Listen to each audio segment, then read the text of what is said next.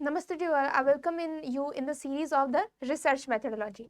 Last time जब हमने question को डिस्कस किया था तो हमने 11 तक क्वेश्चन को डिस्कस किया था। देखिए, हमारी जो कोशिश है वो ये नहीं है कि आपको सिर्फ क्वेश्चन प्रोवाइड करना, but we are going to cover all the concepts related to the question. And in this series we are going to cover the question number 11। जो टॉपिक हम कवर कर रहे हैं वो टॉपिक है आपका टाइप्स करने वाले हैं हम। आपकी मीनिंग और कैरेक्टरिस्टिक से जो टॉपिक स्टार्ट होने वाला है। मुझे जहां तक पता है लास्ट टाइम हमने क्वेश्चन कर लिया था क्वेश्चन नंबर 10 तक, और आपके स्क्रीन पे यहाँ पे है क्वेश्चन नंबर 11। क्वेश्चन नंबर 11 क्या कह रहा है? The format of thesis writing is same as in. जब हम थीसिस राइटिंग की बात करते हैं तो वो किसके जैसा होता है? Preparation of research paper article. कि जब हम अनुसंधान के लिए जब पेपर आर्टिकल जो होता है, क्या ठीक उसकी तरह होता है? या राइटिंग अ सेमिनार प्रेजेंटेशन, या फिर एक सेमिनार पेपर की तरह होता है, या फिर एक रिसर्च डेजर्टेशन की तरह होता है, या फिर प्रेजेंटिंग ए वर्कशॉप कॉन्फ्रेंस पेपर, या फिर वर्कशॉप कॉन्फ्रेंस पेपर की तरह होता है। इसके बारे में आपको चार ऑप्शन दे रखे हैं।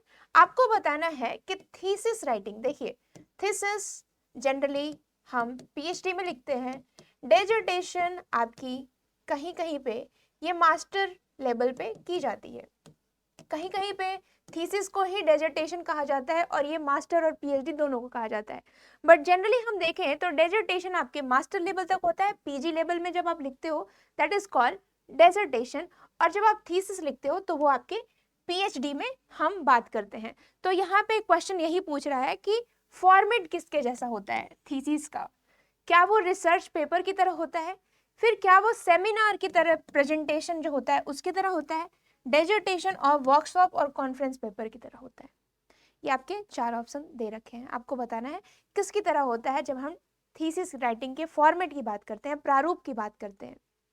एक चीज आपको पता होना चाहिए कि एक बेसिक चीजें जो होती है ना, जब आप किसी चीज को लिखने जाते हो तो जनरली आपको इंट्रोडक्शन, बॉडी, कंक्लूजन, ये सब चीजें रहती हैं। बट जब हम थीसिस की बात करते हैं तो उनका जो प्रारूप होता है वो चेंज हो जाता है। क्यों? क्योंकि यहाँ पे रेफरेंसेस भी आ जाते हैं, मेथोडोलॉजी आती है, थियरी आती है, प्लस में आपकी जो है ना लिटरेचर रिव्यू आती है। इन सब चीजों का जो है ना आप खाका तैयार करके आप थीसिस या डेजर्टेशन लिखते हैं। जब हम बात करते हैं सेमिनार प्रेजेंटेशन की, सेमिनार या फिर वर्कशॉप ऐसी चीजें होती है ना जो कि आप कम से कम समय में आप खत्म करने की कोशिश करते हो। जनरली 2-3 घंटे की होती है जिसमें आपको 10-10 मिनट का टाइम दिया रहता है। आप खुद सोचिए कि जब उस 10-10 मिनट में आप अपने पूरे थीसिस को प्रेजेंट करेंगे तो क्या वो पॉसिबल हो पाएगा? बिल्कुल नहीं हो पाएगा। तो इसी वजह से सेमिनार प्रेजेंटेशन का जो फॉर्मेट होता है, बहुत ही की जो मूल बिंदु होता है ना, उनको हम कवर करने की कोशिश करते हैं। जब हम वर्कशॉप और कॉन्फ्रेंस पेपर की बात करते हैं तो ये जनरली आपके हैंड इन प्रैक्टिस से रहता है, और कॉन्फ्रेंस पेपर जनरली बहुत ही शॉर्ट फॉर्म में रहता है। लेकिन डेजर्टेशन और थीसिस की बात करें तो एक पर्टिकुलर मेथोडोलॉजी, पर्टिकुलर स्टेप से संबंधित रहता है, और उसी को हम क्या कहते हैं? थीसिस। और वो उसके जैसा, वो आपके डेजर्टेशन की तरह लगभग लगभग होता है। देखिए, सिर्फ वर्ड लिमिट में अंतर रहता है, बट अगर हम प्रारूप देखें, क्योंकि यहाँ पे क्वेश्चन में फॉर्मेट पूछा है, तो प्रारूप जो रहता है लगभग लगभग दोनों का सेम ही रहता है। ठीक है, तो इस तरीके से हमने इसको समान किया। फॉर्मेट दोनों डेजर्टेशन और थीसिस की सेम होती है। लेकिन एक चीज मैं आपको बताना चाहती हूँ, जब हम सेमिनार और डेजर्टेशन और जब हम कॉन्फ्रेंस की बात करते हैं, ये चीज मैंने आपको टीचिंग एप्टीट्यूड जब मैं पढ़ा रही थी तब मैंने आपको बताया था। तो जब हम टीचिंग एप्टीट्यूड में बात कर रहे थे कि जब हम सेमिनार की बात करते हैं तो सेमिनार क्या होता है? ये एकेडमिक और बिजनेस के डोमेन में होता है। जनरली हम उसमें किसी पर्टिकुलर इश्यू को लेकर के हम बात करते हैं, और ये जनरली इसकी जो साइज होती है वो सारे जो होते हैं ना नॉलेजेबल पर्सन यहाँ पे आते रहते हैं, एक्सपर्ट्स आते हैं और उन अपने मुद्दों को सुनते हैं। ठीक है, और ये इसमें लिमिटेड गैदरिंग आपको देखने को मिलती है। बहुत ही विशेष लोग जो है ना यहाँ पे इकट्ठित होते हैं और सीमित समूह आपको देखने को मिलता है। जबकि हम यही चीज कॉन्फ्रेंस में एज कंपेयर टू सेमिनार थोड़ी सी लार्जर गैदरिंग होती है। यहाँ पे हम जो है ना ब्रॉड इशू को डिस्कस करते हैं और मेन उद्देश्य होता है कि ज़्यादा से ज़्यादा स्टूडेंट क्या करें, अपने पेपर को प्रेजेंट कर सके। लेकिन सेमिनार में एक मुद्दा जो होता है वो पर्टिकुलर रहता है और उस पर्टिकुलर मुद्दे पे हम क्या करते हैं, डिस्कशन करते हैं। बहुत ही कम समय का रहता है, 2-3 घंटे का, और यही चीज़ें जो कॉन्फ्रेंस है वो 2-3 दिनों तक चलती रहती है। वर्कशॉप आपके किसी एक पर्टिकुलर स्किल को ध्यान में रख करके आपको दिया जाता है, जैसे रिसर्च पेपर कैसे लिखा जाए, जैसे मान लीजिए कि कोई मशीन को कैसे ऑपरेट किया जाए, इन सब चीज़ों पे आधारित होता है। तो ये कुछ बेसिक डिफरेंस होते हैं जब भी हम सेमिनार की बात करें, कॉन्फ्रेंस की बात करें या फिर वर्कशॉप की बात करें। और क्वेश्चन में आपसे पूछा है कि थीसिस और डिसर्टेशन का फॉर्मेट कैसे होता है, बट इसके साथ साथ आपको ऑप्शन को एकदम क्लियर करके जाना है, क्योंकि it's all about your concepts, और जब आपको कॉन्सेप्ट्स पता है तो आप आसानी से आंसर को एलिमिनेट करके आप राइट आंसर तक पहुंच सकते हो। So that's why concept is very important. Now let's come to the question number 12, और यहाँ आपसे पूछा जा रहा है कि when planning to do a social research, जब हम सोशल रिसर्च की बात करते हैं, इट इज बेटर टू, सामाजिक अनुसंधान करते वक्त सबसे बेहतर क्या है, approach the topic with open mind, आपको अपने खुले मन से टॉपिक को देखना है, do a pilot study before getting stuck into it. देखिए पायलट स्टडी क्या होता है इसके बारे में भी हम बात करेंगे, बट यहाँ पे आपसे पूछा जा रहा है कि जब हम एक्चुअल सोशल रिसर्च करते हैं तो हम एक पायलट स्टडी करते हैं और फिर उसके बाद उस रिसर्च में घुसते हैं। थर्ड क्या कह रहा है, be similar with the literature on the be familiar with the literature on the topic, यानी टॉपिक कौन सा है उससे रिलेटेड सारे लिटरेचर के बारे में हमें जानकारी होना चाहिए। फोर्थ ऑप्शन कह रहा है forget about the theory because this is very practical understanding, theory को भूल जाओ, जो रियलिटी है उनको देखो। तो आपको बताना है कि सोशल साइंस जब रिसर्च होता है तो उसमें सबसे अच्छा तरीका कौन सा होता है, बेहतर तरीका कौन सा होता है, आपको ये बताना है।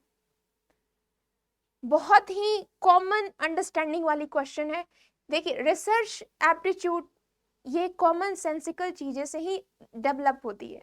आपकी कॉमन अंडरस्टैंडिंग प्लस में जो होती है ना, आपके कॉन्सेप्ट्स ही क्या करती है, आपके अंदर एक अच्छे रिसर्चर के गुण को डेवलप करती है। और यही आपसे पूछ रहा है कॉमन सेंसिकल क्वेश्चन कि मान लीजिए कि आप कल को जाकर के ह्यूमैनिटीज में जो है ना आप रिसर्च करते हैं, तो सबसे पहले आप किन चीजों पे जोर देंगे ताकि आपका रिसर्च और भी ज्यादा बेहतर हो जाए।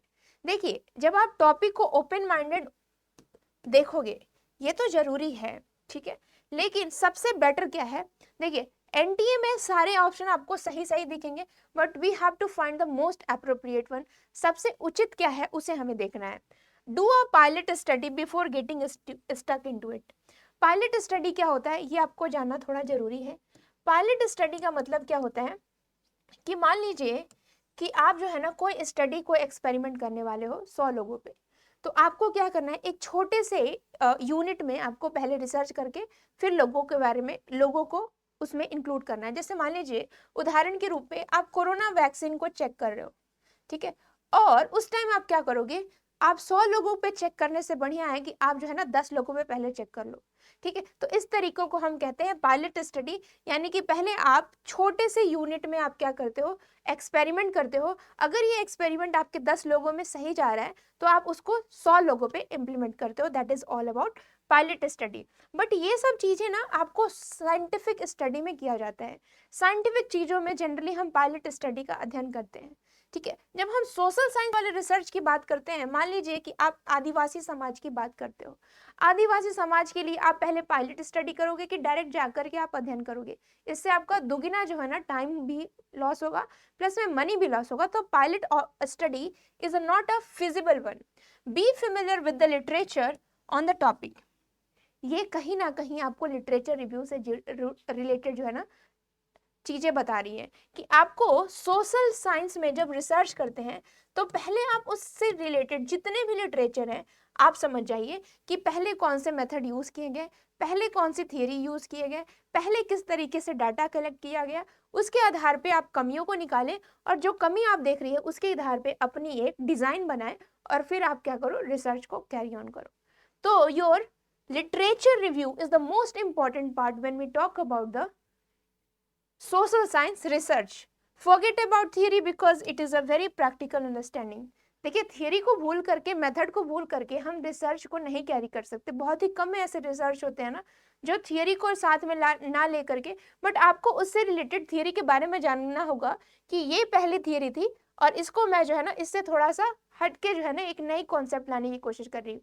But theory method is very important, that's why we call it as a scientific. और रिसर्च जो होता है ना एक सिस्टमेटिक होता है। आप जो है ना आप उनको मेंशन करते हो कि पिछले कौन से रिसर्च से जो है ना, कौन से थियरी से जो है ना आपका रिसर्च जो है ना प्रेरित है और कैसे वो पिछले वाले थियरी से अलग है।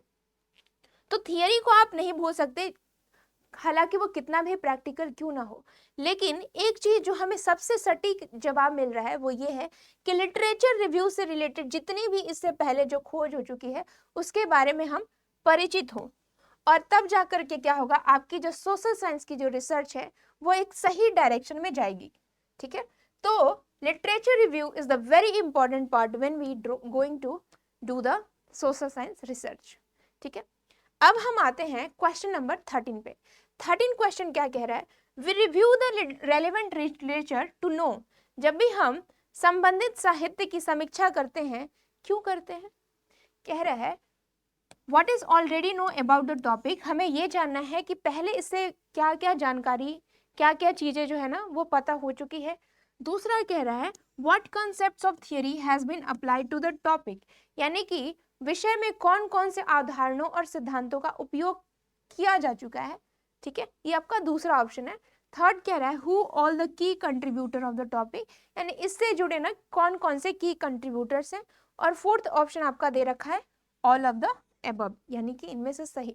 देखिए जब भी नेट में इस तरह के क्वेश्चन आए, जब आपको लगे ना कि सारे चीजें जो है ना वो सही जा रही है और लास्ट में ऑल ऑफ द एबव है, बोथ ए एंड बी है, बोथ ए एंड सी है, तो ज्यादा चांसेस रहते हैं ना कि वैसे आंसर जिसमें समग्र ऑप्शन का जो है ना निचोड़ रहता है वो ज़्यादा सही होते हैं। और इसी वजह से जब आप देखो कि जब हम लिटरेचर रिव्यू इसलिए करते हैं क्योंकि हम देखते हैं कि टॉपिक से रिलेटेड और कौन कौन सी खोज हो चुकी है, हमें कॉन्सेप्ट्स और थियरी के बारे में पता करने के लिए ये भी सही है, ये भी सही है, हम की कंट्रीब्यूटर्स के बारे में जानते हैं। अगर ये तीनों चीज़ें सही हैं अपने अपने स्थान पे, तो आपका जो फोर्थ ऑप्शन है all of the above is the most appropriate and the most relevant one. ठीक है, तो इस तरीके से आपको क्या करना है, आंसर को पहचानना है। और ये सब चीजें तभी आपको पता चलेगी जब आप क्वेश्चन को डेली प्रैक्टिस करोगे।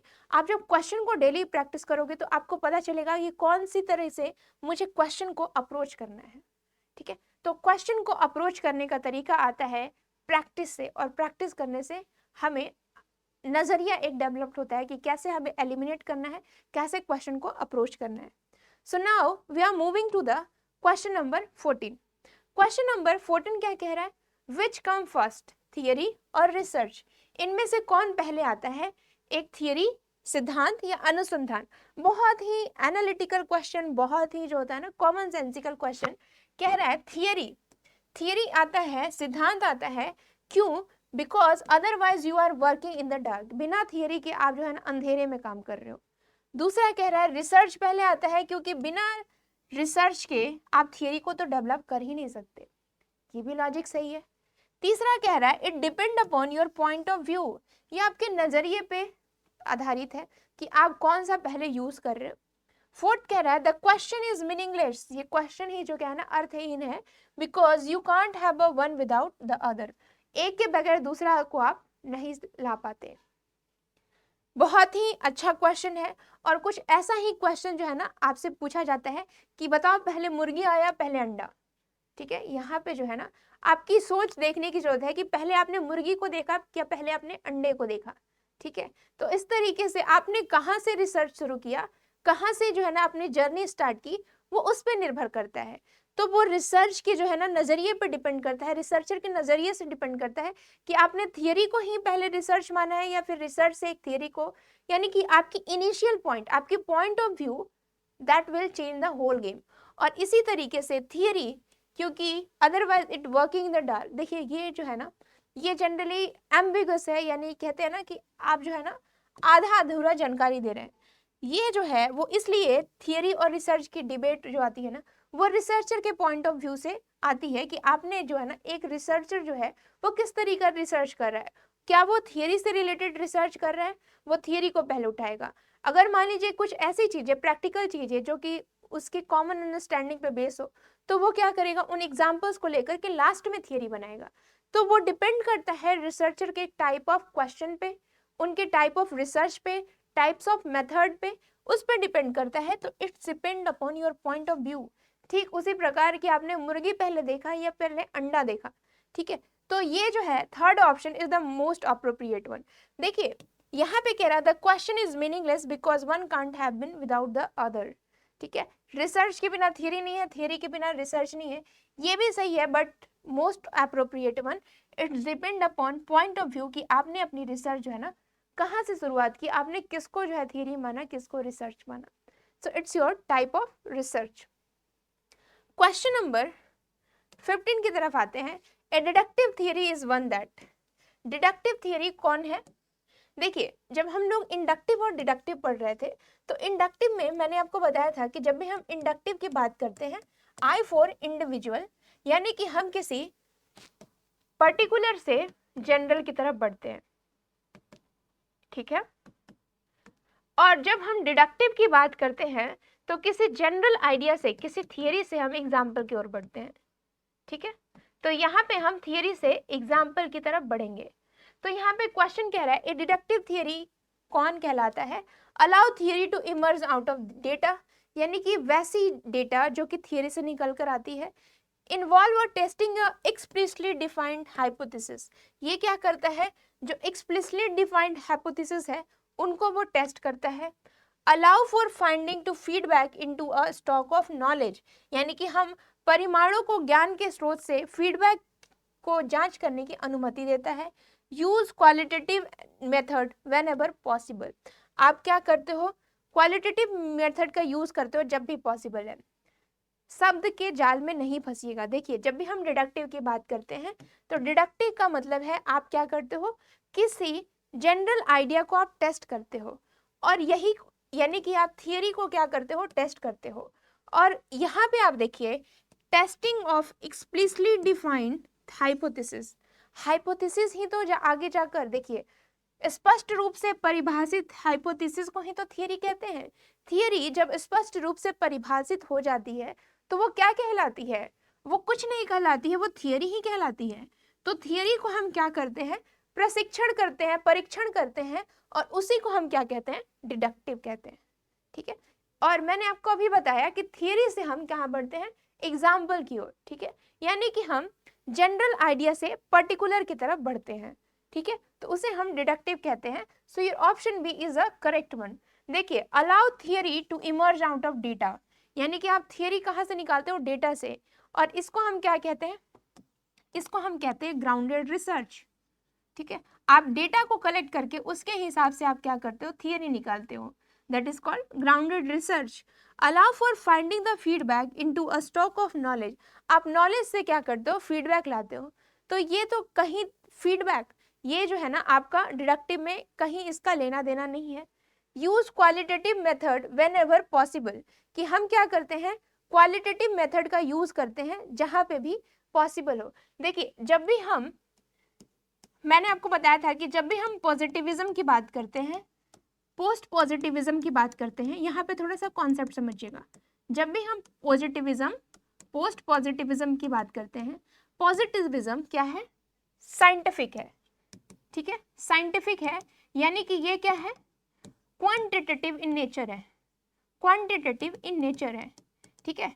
और क्वांटिटेटिव इन नेचर है, साइंटिफिक है, यानी कि एक थियरी आपको पहले गिवन है, एक यूनिवर्सल लॉ पहले ही गिवन है, और आप उसको क्या करते हो, टेस्ट करते हो, ठीक है। यानी कि थियरी से आप कहाँ जाते हो, एग्जाम्पल की ओर। तो जो क्वांटिटेटिव मेथड को हम क्या कहते हैं, डिडक्टिव मेथड कहते हैं। यहाँ पे कह रहा है क्वालिटेटिव मेथड, ये क्या हो गया, ये आपका इंडक्टिव हो गया, ठीक है, ये आपका इंडक्टिव हो गया, यहाँ पे डिडक्टिव की तो बात ही नहीं की जा रही है। So this one is the wrong one. Your right answer is allow explicitly defined hypothesis, यानी कि थियरी को आप क्या करते हो, चेक करते हो यहाँ पे।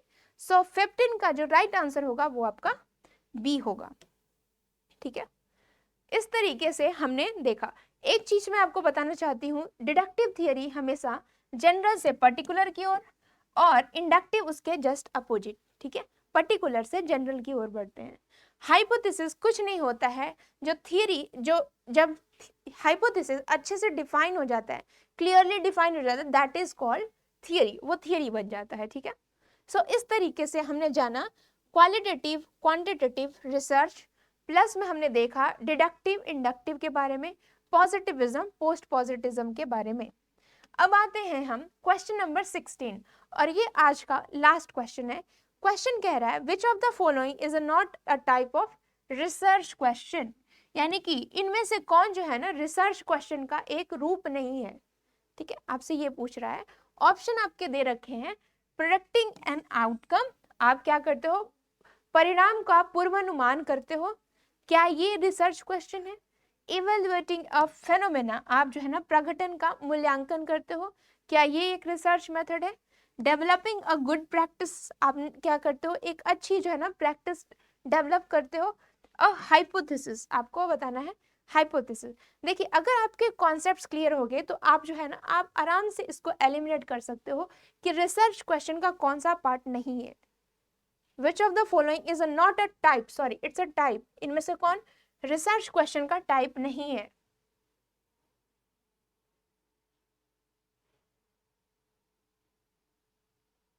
देखिए जब हम रिसर्च क्वेश्चन फॉर्मुलेट करते हैं ना, प्रॉब्लम्स को फॉर्मुलेट करते हैं, तो कुछ रिसर्च क्वेश्चन आउटकम को प्रोडक्ट करते हैं, कुछ फेनोमेना को इवेल्युएट करने के लिए यानी आप मूल्यांकन करने के लिए करते हो, कुछ जो है ना अच्छी चीजों को लाने के लिए करते हो। बट हम बात करते हैं रिसर्च क्वेश्चन और हाइपोथेसिस, ये कंप्लीटली अलग होता है, इसमें कोई लेना देना नहीं है। हाइपोथेसिस अलग हो गया, रिसर्च क्वेश्चन अलग हो गया, ठीक है। तो hypothesis is not a part of the research question. Hypothesis की जब हम बात करते हैं तो वो रिसर्च क्वेश्चन का प्रकार नहीं है, ठीक है। तो इस तरीके से हमने 16 तक क्वेश्चन कर लिया, बट मैं चाहती हूँ इसको थोड़ा सा और भी प्रोसीड करूँ। So let's come to the question number 17। कह रहा है what does sampling cases mean, यानी कि जब हम सैम्पलिंग केसेस की बात करते हैं तो इसमें उसका मतलब क्या होता है। सैम्पलिंग केसेस,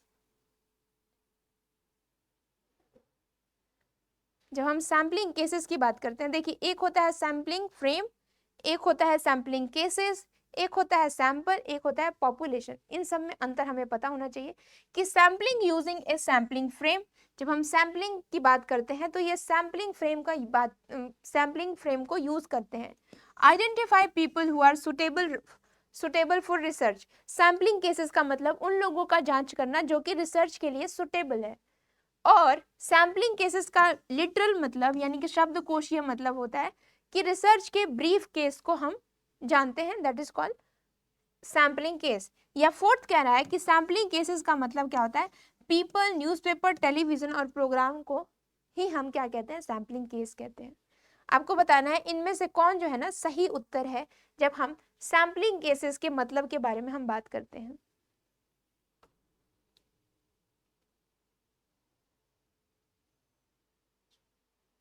देखिए जब हम सैम्पलिंग केसेस की बात करते हैं, एक चीज आप समझिए, एक होता है आपका पॉपुलेशन, ठीक है।